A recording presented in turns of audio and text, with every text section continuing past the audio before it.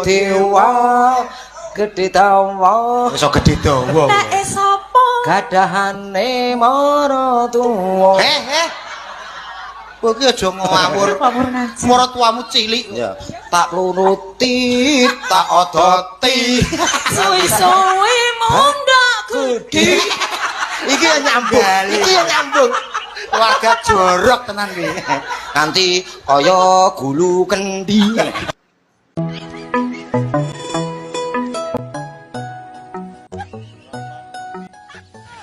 info urun kuping. Lah nyapa iki nyungir. manuk emprit ora dijak barang melok-melok ae. Sing penting rasane. Tak andari yo. Mas yo ora iku ki jor-joran. Kelakuanku ki plek-plekan. Tapi barangku siji kuwi Cecilia iki. Tak latih sopan. Lah mung nglatih model piye? Ora-uraan, kalem. Oh alah ngono to. Piye? Oleh apa ora urun kuping?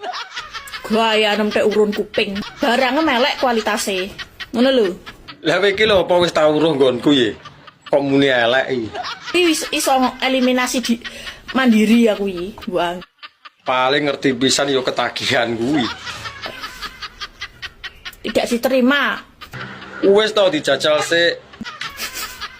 Tidak jadi. Ojo pede kowe. Lah terah iya lho.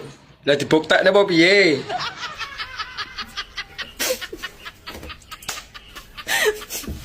Lanang-lanang kejen.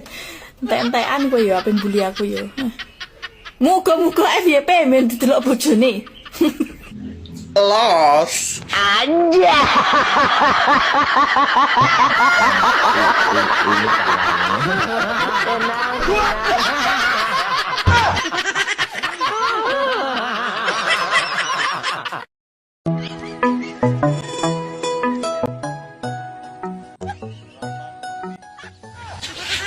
Mbak, sampean rondone selamat toh? Iyo. Sampean kok ngerti ya, Mas? Yo ngerti lah, aku lo kenal karo selamat. Padahal kuwi rahasia lho we. Rahasia lak kanggo wong-wong toh. Kanggo aku yo ora. Sampean kok iso ngerti nek aku ndek biyen tau rabi Mas Slamet. Lah wonge lho cerita nang aku, makane aku ngerti. 2 tahun Mas aku dirabi karo Mas Slamet kae rumahmu. Lah kok kilat men toh? Kok morong tahun nih?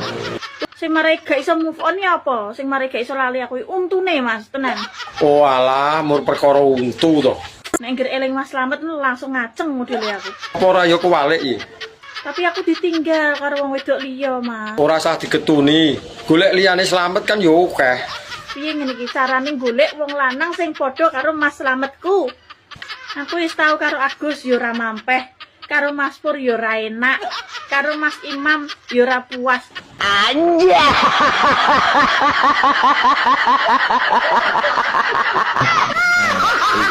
ini parah ini